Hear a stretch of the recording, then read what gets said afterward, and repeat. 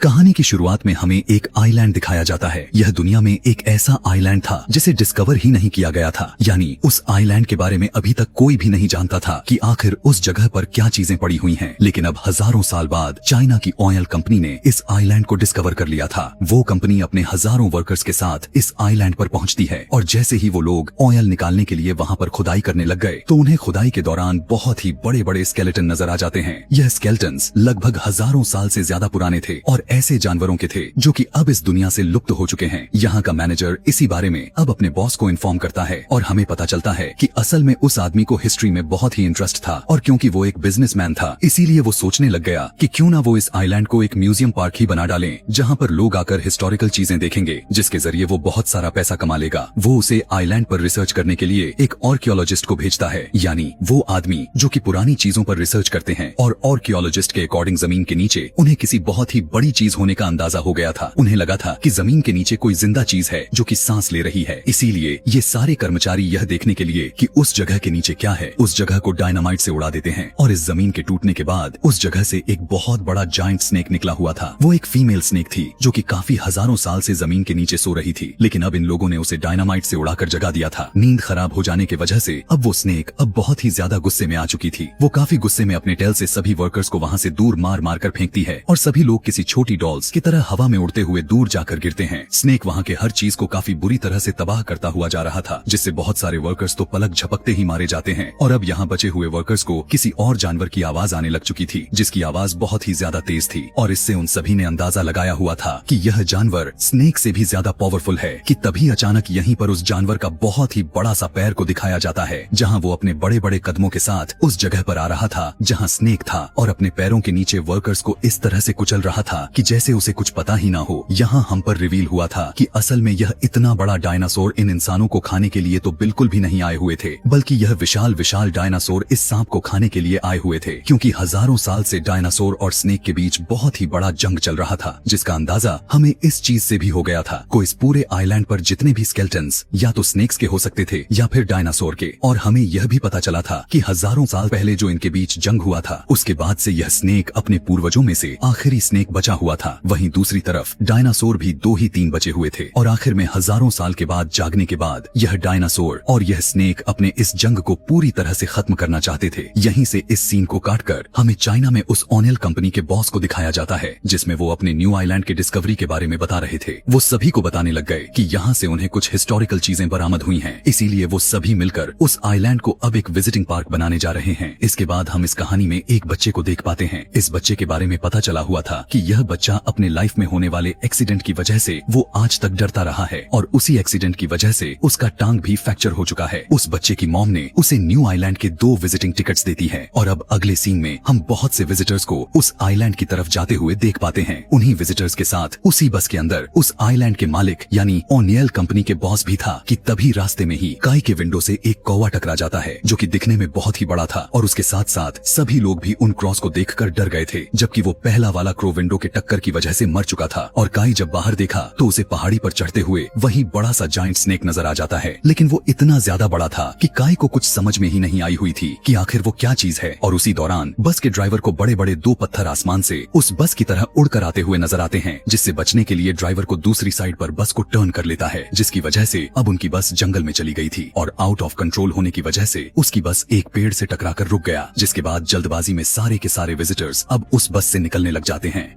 यहाँ पर अब वो बच्चा काई और एक आदमी चलते चलते झील तक पहुँच जाते हैं और वो बच्चा बातें करते करते दूसरी तरफ देखने लग गया था, जबकि यहाँ दूसरी तरफ एक अजीब सा मॉन्स्टर जो कि बिल्कुल एक फ्रॉग जैसा दिख रहा था, वो अपने अजीब से टंग से उस आदमी को पकड़कर खा जाता है। और कुछ खतरे का महसूस होते ही जैसे ही काई पीछे देखने की कोशिश की, तब यह देखकर वो फ्रॉग मॉन्स्टर अब काई को भी खाने की कोशिश करने लग गया था। लेकिन काई काफी जीनियस था, इसीलिए वो जल्दी ही वहाँ से बचते हुए वहाँ के पानी में जंप कर देता है, जिससे वो मॉन्स्टर उसे नहीं खा पाता। यहाँ दूसरी तरफ हम उस आर्कियोलॉजिस्ट को देख पा रहे थे जो इन विजिटर्स के साथ ही आए हुए थे। उनकी एज काफी ज्यादा हो चुकी थी और अब वो उस पत्थर को देख रहे थे जो हवा में से उनकी बस की तरफ उड़ते हुए आए थे। उन्हें उस पत्थर के ऊपर से कुछ म्यूकस मिलता है जो कि ग्रीन कलर के म्यूकस थे। चेक करने पर उन्हें पता चला था कि यह किसी स्नैक का सलाइवा है, जिससे उन लोगों ने अंदाजा लगा लिया था कि यहाँ पर जिंदा एक बहुत ही बड़ा स्नेक है। वो आर्कियोलॉजिस्ट सभी से कहता है कि हमें उसके आने से पहले ही यहाँ से जल्द भाग जाना चाहिए, क्योंकि उसे पता चल गया था कि यह पूरा आइलैंड ही खतरों से भरा हुआ है और अभी वो सभी लोग यही सब बातें कर ही रहे थे कि इतने में अचानक से बड़ा वाला फ्रॉग मॉन्स्टर उन सभी लोगों पर अटैक कर देता है। सारे विजिटर्स उसे देखकर डर गए थे क्योंकि वो एक एक करके विजिटर्स को खाए जा रहा था। वो सभी लोग बस में जाकर छुप जाते हैं, लेकिन उस मॉन्स्टर फ्रॉग ने उनकी जान अभी भी नहीं छोड़ी हुई थी। वो अपनी टंग से विंडोज को तोड़ते हुए बस के अंदर अटैक काफी तेजी से किए जा रहा था। और इससे पहले कि वो मॉन्स्टर फ्रॉग बस के अंदर बचे हुए लोगों को खा जाता कि यहाँ पर वो जायंट स्नेक आ गया था, जिसने उनकी बस को अपने टेल में फोल्ड करके ऊपर हवा में उठा लिया था। और उसी दौरान एक लड़की उस बस से नीचे गिरकर मर जाती है। जिसके बाद अब हम देखते हैं कि अब वो बड़ा सा स्नेक बस के अंदर देख रहा था, जहाँ वो सारे लोग भी इतने बड़े स्नेक को देख सकते थे। और वो सभी स्नेक को देखकर शॉक में थे क्योंकि उन्होंने आज से पहले कभी भी इतना बड़ा स्नेक नहीं देखा हुआ था। और अभी वो स्नेक उन सभी को देख ही रहा था कि अचानक से उस स्नेक को डायनासोर की आवाज आने लग जाती है। वो जल्दी से अपने टेल से बस को नीचे गिराया और वहाँ से भाग जाता है। और क्योंकि बस बहुत ही ज्यादा ऊंचाई से गिरा हुआ था, इसीलिए सारे लोग काफी बुरी तरह से इंजर्ड हो चुके थे। दूसरी तरफ हम दोबारा से काई को देख पाते हैं, जिसके पीछे अभी तक फ्रॉग मॉन्स्टर लगा पड़ा था। जिससे बचने के लिए काई अब एक खोखले ट्री में छुप जाता है और फ्रॉग को उस पेड़ को टच करने की वजह से वो ट्री घूमता हुआ एक ऐसी जगह पर जाकर गिरता है जहाँ पर उस बड़े जायंट स्नेक के एग्स थे। और यहाँ हमें उस स्नेक के बारे में यह भी पता चलता है कि उस स्नेक को अंडे देने के लिए 500 साल का एक लंबा टाइम गुजारना पड़ता है। और फिर जब वो अंडे को दे देती है तो वो उनकी सुरक्षा अपने जान से ज्यादा करने लग जाती है। काई जैसे ही अपने कदमों के नीचे देखा तो उसे कुछ अजीब चीज महसूस हो रही थी। असल में वो स्नेक की स्किन थी, जो कि टाइम के साथ साथ पुराने हो जाने पर कोई भी स्नेक अपने ऊपर से उतार देते हैं। उन्हें पहले स्किन उतारने से जल्द ही दूसरी स्किन तैयार हो जाती है और नए स्किन के साथ वो लोग पहले से ज्यादा पावरफुल हो जाते हैं। काई यहाँ पर चलते चलते जब आगे बढ़ा तो वहाँ पर उसे बहुत ही बड़े बड़े एग्स नजर आ रहे थे। उसने जिंदगी में कभी भी इतने बड़े एग्स नहीं देखे हुए थे, इसीलिए वो उन एग्स को देखकर बहुत ही ज्यादा हैरान हो चुका था। वो वहाँ के सभी चीजों को हैरानी के साथ देख ही रहा था कि तभी उसी टाइम वहाँ पर एक बहुत ही बड़ा डायनासोर आ जाता है, जिसे देखकर काई भी बहुत ही ज्यादा डर चुका था और वो उससे बचने के लिए उन बड़े बड़े एग्स के पीछे छुप जाता है। लेकिन यहाँ पर अभी तक डायनासोर ने काई को नहीं देख पाया था। डायनासोर उस स्नेक का एक एक तोड़ता है, उसमें से निकलने वाली हर चीज को खा जाता है। लेकिन ठीक उसी टाइम पर इस डायनासोर को यहाँ इस जगह किसी इंसान के होने का और उसके आहट का एहसास हो चुका था। दरअसल वो आहट काई की ही थी। अब वो डायनासोर काई को देखकर उसके ऊपर अटैक करने लग जाता है। लेकिन जैसे जैसे वो आगे बढ़कर अटैक करने की कोशिश कर रहा था, वहाँ पर रखे गए सारे एग्स टूट जाते हैं। उस डायनासोर से बचने के लिए काई अब उसी टूटे हुए एग में छुप गया था। लेकिन अब आखिरकार डायनासोर ने भी उसे दोबारा से ढूंढ ही लिया था और वो उसे अब पूरी तरह जैसे ही खाने ही वाला था कि तभी अचानक से वहाँ पर उस जायंट स्नेक की एंट्री हो जाती है, जो आकर सीधा उस बड़े से डायनासोर को खा लिया था। लेकिन अब काई स्नेक को देखकर पहले से ज्यादा डर चुका था, क्योंकि यह स्नेक डायनासोर से बहुत ही ज्यादा बड़ा था। वो अब डर के मारे रोए जा रहा था, क्योंकि उसे लग रहा था कि उसे अब कोई भी इस बड़े से स्नेक से बचाने नहीं आने वाला, बल्कि वो स्नेक उसे खा जाएगा।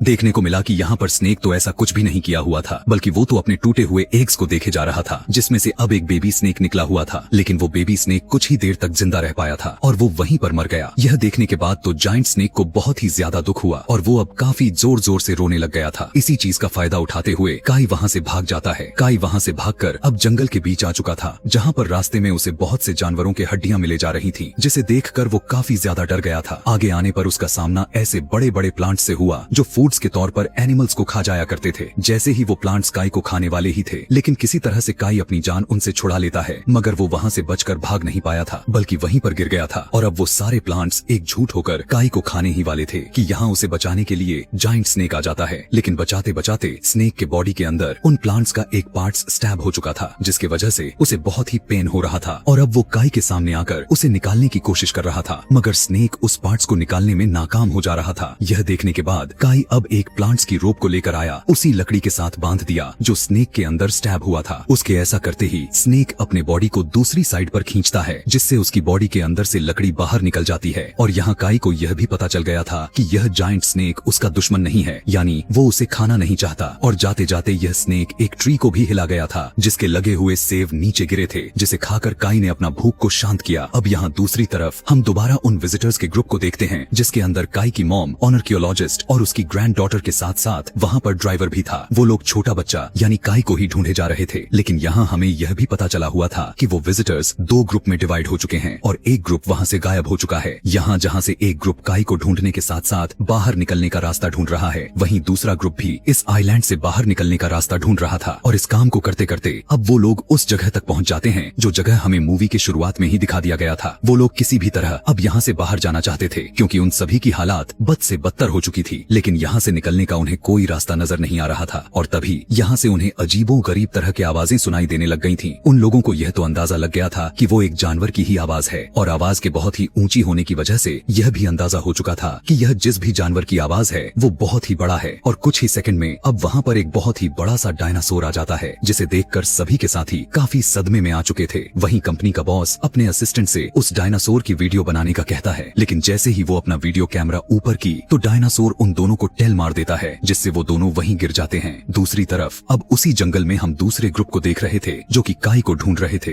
और उन्हें आगे एक बहुत ही बड़े मेल स्नेक की बॉडी मिली हुई थी, जिसे देखकर आर्कियोलॉजिस्ट कहा था कि यह लगभग 500 साल पुरानी है और क्योंकि इस स्नेक की स्किन बहुत ही ज्यादा मजबूत है इसीलिए यह अभी तक बिल्कुल ठीक है। और अब इन सब के बाद हम दोबारा से काई को देखते हैं, जो कि बदकिस्मती से दोबारा डायनासोर के पास पहुंच गया था। जो डायनासोर वहां उसी मॉन्स्टर फ्रॉग को खाए जा रहा था। वो डर के मारे चीख मारने ही वाला था कि काई की मॉम जल्दी से उसके मुंह पर हाथ रखते हुए उसे एक बड़े से पत्थर के पीछे खींच लेती हैं। लेकिन यहाँ उस डायनासोर ने उन सभी को देख चुका था। वो डायनासोर जैसे ही खाने के लिए अपना मुंह खोला तो सभी वहाँ से भागना शुरू कर देते हैं, मगर डायनासोर उनका पीछा कहाँ छोड़ने वाला था, बल्कि वो तो उन्हें खाने के लिए उनका पीछा कर रहा था। इसी भाग दौड़ में काई नीचे गिर जाता है, जबकि बाकी के सभी लोग आगे बढ़ जाते हैं। जैसे ही काई की मॉम को पता चला कि उनका बेटा डायनासोर के मुंह में जाने वाला है तो वो भी वापस उसे बचाने के लिए आती हैं, जबकि इसी दौरान डायनासोर बाकी के 3 लोगों को अपने टेल से मारकर उन्हें दूर फेंकता है, जिससे वो तीनों गिरते हुए कहीं और ही पहुंच जाते हैं। और अब डायनासोर उन लोगों को इग्नोर करते हुए अब काई और उसकी मॉम के पीछे पड़ चुका था। डायनासोर इतना तेजी के साथ दौड़ रहा था कि जैसे वो कितने दिनों से भूखा हो। काई और उसकी मॉम भागते हुए एक केव के अंदर तो चले जाते हैं, लेकिन जैसे ही डायनासोर उन्हें खाने के लिए उन पत्थरों के अंदर अपना मुंह करता है तो उसका मुंह वहीं पर फंस जाता है।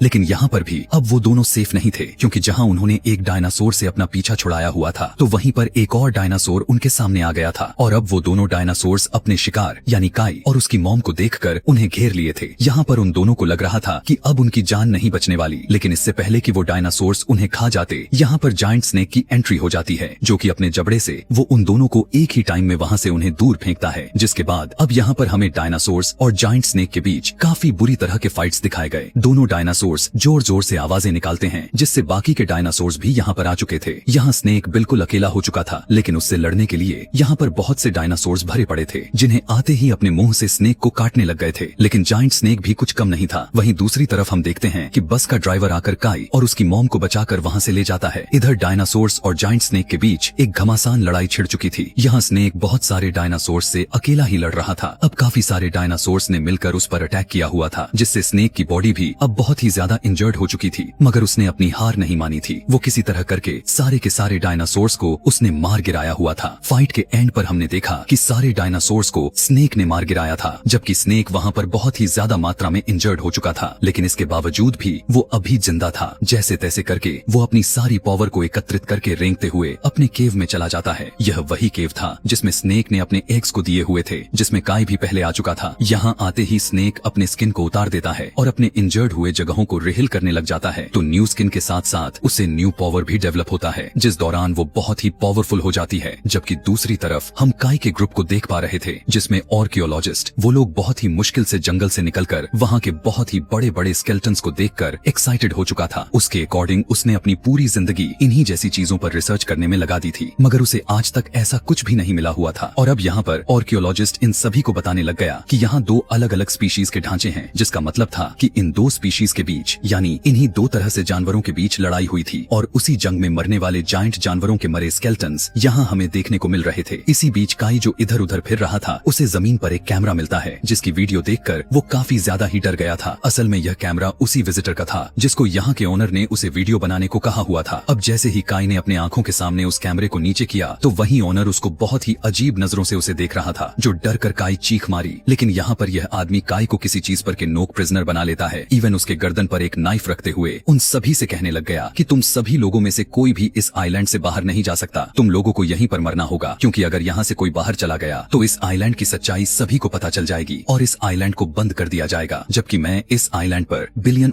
इन्वेस्ट कर चुका हूँ। उनकी इसी बातों के बीच ही यहाँ अचानक दोबारा डायनासोर की एंट्री हो जाती है, जिसे देखते ही सभी वहाँ से भाग जाते हैं। उसे देखते ही किसी तरह काई को छुड़ाकर यहाँ से भाग चुके थे, लेकिन अब इस आइलैंड का ओनर बहुत ही ज्यादा गुस्से में आ चुका था। इसीलिए वो भागने की बजाय डायनासोर डायनासोर के आगे डट कर खड़ा हो जाता है, लेकिन उसकी इस बहादुरी का उसके लिए कोई फायदा नहीं होने वाला था, क्योंकि डायनासोर ने अपने बड़े से पैर से उसको कुचल कर मार देता है। बचे हुए बाकी के सारे लोग एक जीप में सवार हो गए थे, लेकिन जैसे ही डायनासोर उसके ऊपर अटैक करने ही वाला था, ड्राइवर फौरन जीप को पीछे की तरफ भगा लेता है, जिसके रिजल्ट में वे डायनासोर के अटैक से तो बच जाते हैं, मगर डायनासोर कहां हार मानने में से था। वो जितनी तेजी के साथ अपनी जीप को भगा रहे थे, उतने ही तेजी से डायनासोर उनकी तरफ बढ़ रहा था।